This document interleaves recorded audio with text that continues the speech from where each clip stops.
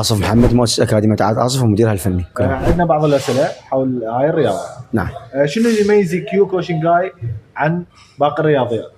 صراحة كيوكوشن تمتاز بالصلابة، إنه إحنا لعبتنا فول كونتاكت، لذلك مو من الألعاب الأولمبية، فلعبتنا تمتاز إنه اللاعب يكون صلب يتحمل ضربات.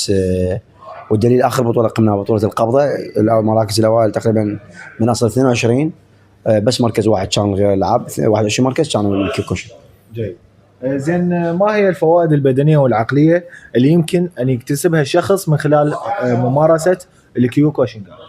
أي رياضة تمارسها راح تصير بها فوائد جسدية وعقلية، بس الكيوكوشن باعتباره فن أو نظام الصلب راح يمتاز الإنسان إنه تكون عنده قدرات بدنية عالية، يكون عنده قوة مميزة بالسرعة، قوة انفجارية، يكون عنده قوة تحمل عالية، بنفس الوقت عقليا ومعنويا يكون عنده إرادة، يقدر يواجه هواي أمور، لأنه يكون عنده تحمل، خلينا نقول نفسي وجسدي. زين، عندك قصص ناجحة ملهمة من تلاميذك خلال هاي الرياضة؟ أكيد خلال السنين الطويلة اللي قمنا بالتدريب بها صاروا عندنا هواي شباب وبنات، أبسط شيء عندنا أبطال آسيا، عندنا أبطال العرب، وإن شاء الله قريبا يكون عندنا أبطال العالم. زين، ما هي الخطط المستقبلية اللي تطمح لتحقيقها كمدرب كيوكوشنغاي؟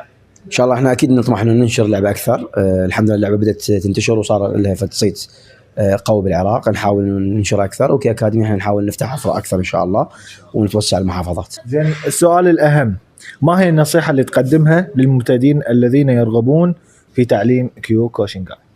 انه ما يستعجلون الموضوع، يحتاج له هو عمليه طويله، بروسس يحتاج له وقت، فمو صح واحد يستعجل.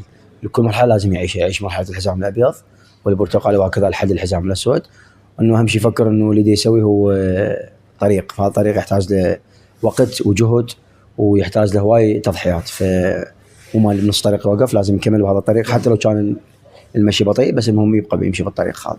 جيد، ان شاء الله. شكرا لك وعشيدك بالتوفيق. شكرا جزيلا. شكرا.